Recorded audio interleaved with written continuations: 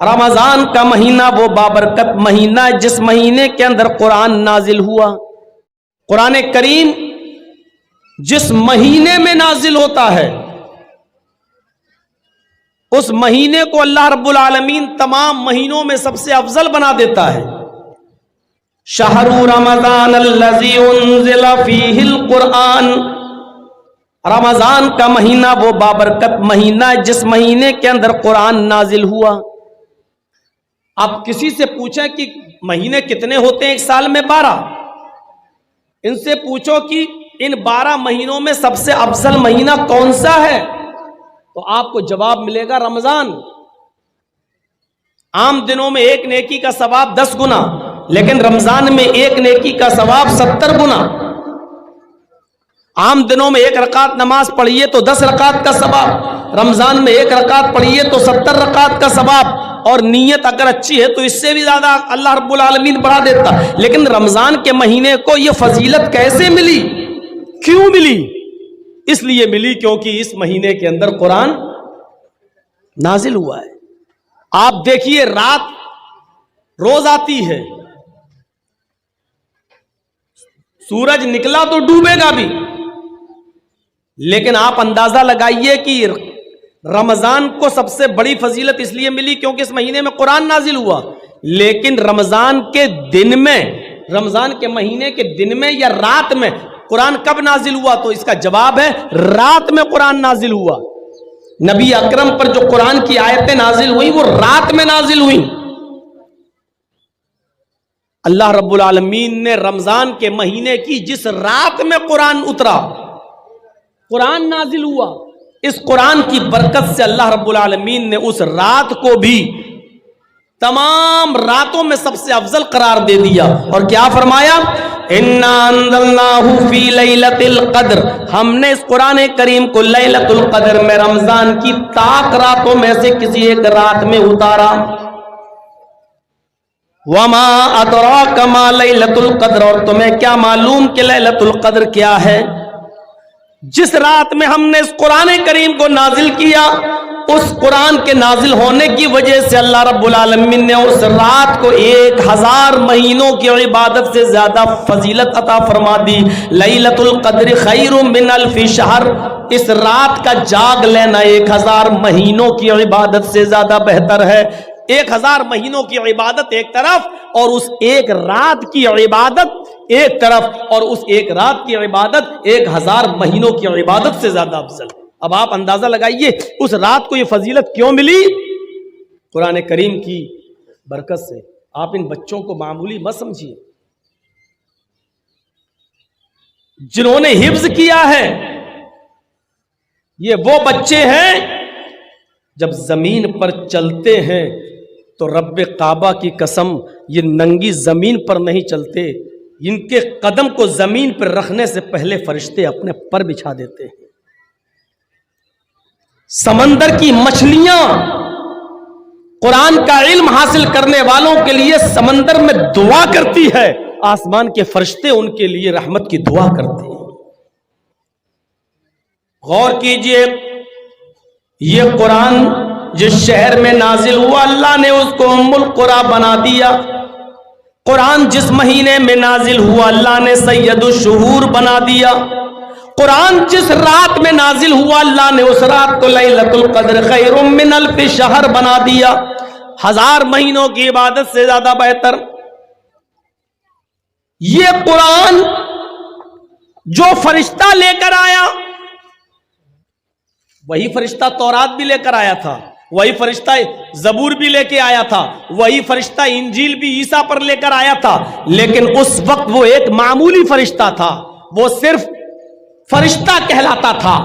لیکن جب اللہ نے قرآن دے کر اس فرشتے کے ہاتھوں محمد رسول اللہ صلی اللہ علیہ وسلم کے پاس بھیجا اور غار حرا میں اقرا بسم ربک الذی خلق خلق الانسان من علق، قرآن کی آیتیں دے کر جب اللہ رب العالمین نے اس فرشتے کو بھیجا تو اس دن کی تاریخ سے اللہ رب العالمین نے اس فرشتے کو سید الملائکہ، تمام فرشتوں کا سردار بنا دیا.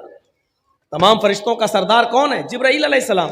کیوں ان کو تمام فرشتوں کا سردار کیوں بنایا؟ کیونکہ یہ قرآن کریم لے کر آئے تھے جناب محمد رسول اللہ صلی اللہ علیہ وسلم پر.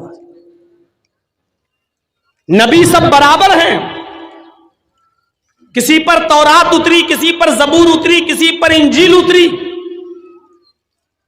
لیکن اللہ رب العالمین نے جب قرآن نازل کیا اور جس نبی کے اوپر قرآن اتارا، اس قرآن کی برکت سے اللہ نے اس نبی کو سید الانبیاء بنا دیا.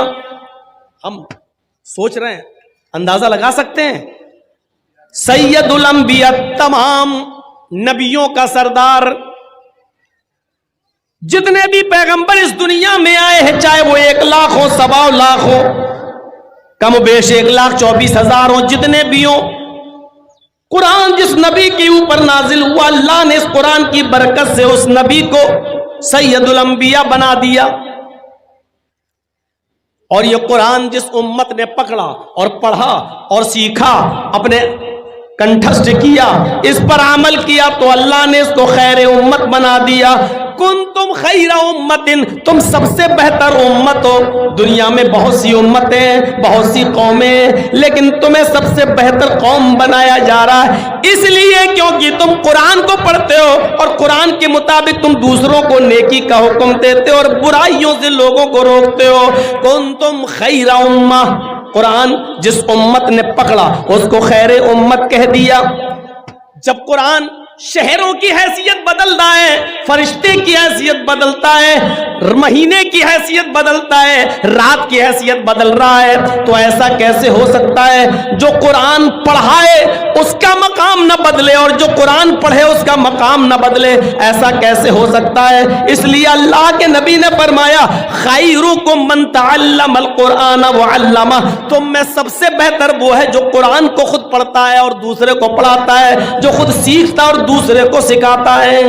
یہ ہے قرآن کا مقام، یہ ہے قرآن کا مرتبہ، یہ ہے قرآن کی حیثیت جس نے دنیا کی تمام چیزوں کی حیثیتوں کو بدل دیا. اللہ کے نبی فرماتے ہیں، ان اللہ یرفع عن ھذا القرآن اقواما ویضع به الاخرین. اس قرآن پر عمل کرنے کی وجہ سے اللہ رب العالمین بہت سی قوموں کو ترقی دیتا ہے، عروج پر پہنچا دیتا ہے، ثریا عطا فرماتا ہے. اور قرآن چھوڑ دینے کی وجہ سے اللہ رب العالمین بہت سی قوموں کو ذلیل کر دیتا ہے، رسوا کر دیتا ہے، بہت سی قوموں کو نیست و نابود کر دیتا ہے. یہی قرآن ہے جس کی وجہ سے اللہ قوموں کو عزت بخشتا ہے. یہی قرآن ہے جس کی وجہ سے اللہ رب العالمین اگر چھوڑتا ہے، کوئی اس پر عمل نہیں کرتا، تو اس کی وجہ سے قوموں کو ذلیل کر دیتا ہے. قرآن جو سنتا تھا اس کے دل کی دنیا بدل جاتی تھی. آج یہ قرآن ہم سنتے تو ہماری زندگیوں میں انقلاب کیوں نہیں آتا؟ ہمیں بتائیے میرے بھائیوں، کیا تاثیر بھی کبھی بدلتی ہے؟ برف پہلے ٹھنڈا تھا، آج بھی برف ٹھنڈا ہے. آگ پہلے گرم تھی، آج بھی آگ گرم ہے. مرچ پہلے بھی تیکھی تھی، آج بھی تیکھی ہے.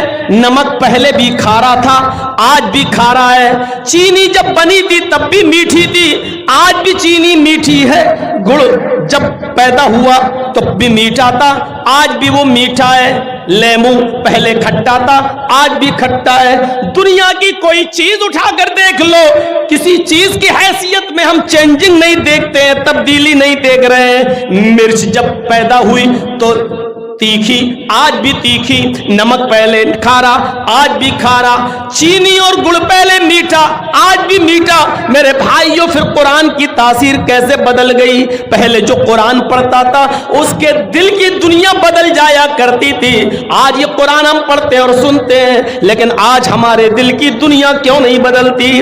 آج اس قرآن کی تاثیر کیسے ختم ہو گئی؟ یہ قرآن تو وہ تھا جو بڑے سے بڑے غصے والے انسان حضرت عمر فاروق جو غصے میں تلوار لے کر محمد رسول اللہ کی گردن اڑانے کے لیے جا رہے تھے، لیکن سنا کہ میری بہنوں مسلمان ہو گئے، اسلام لائے.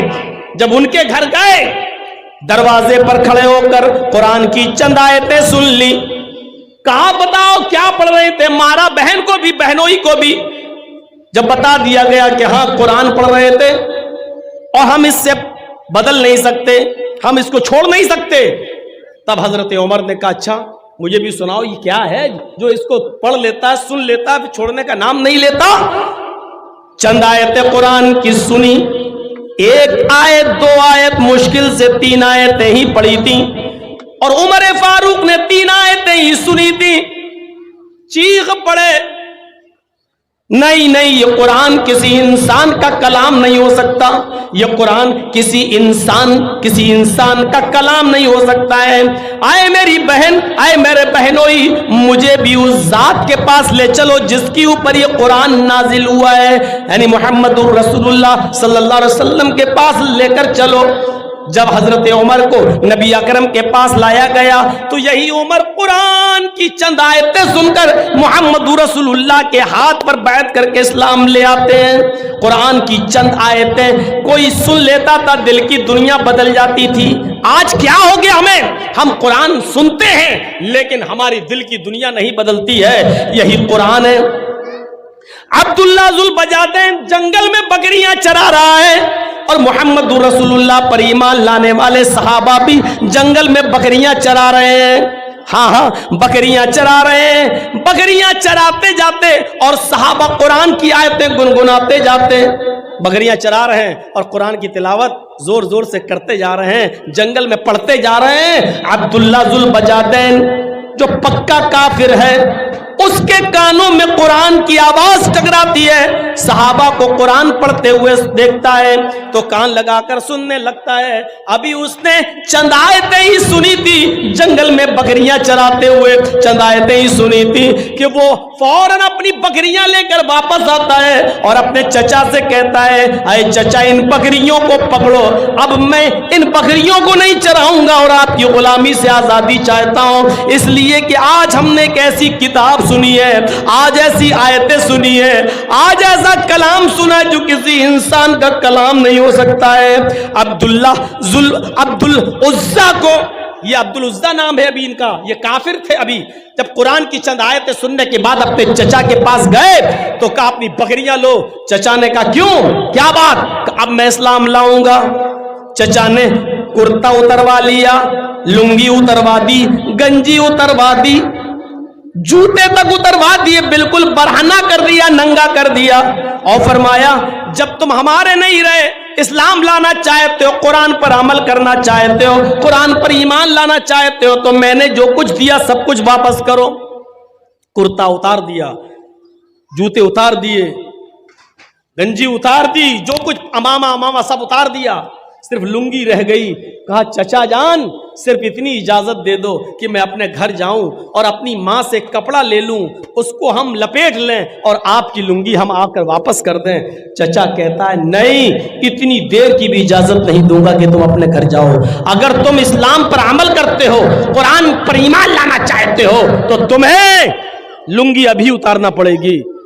تھوڑی دیر کے لیے عبدالعزا نے سوچا اگر لنگی اتار دوں گا تو بالکل ویسے ہو جاؤں گا جیسے کوئی جانور, بھیڑ بکری.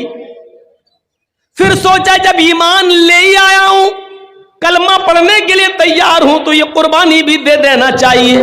اپنی لنگی اتاری اور پھینک دیا اپنے چچا کے منہ پر, اور چچا کے گھر سے اپنے گھر تک برہنہ, ننگا, کما ولدت امہا, جیسے اس کی ماں نے اسے آج ہی پیدا کیا ہو.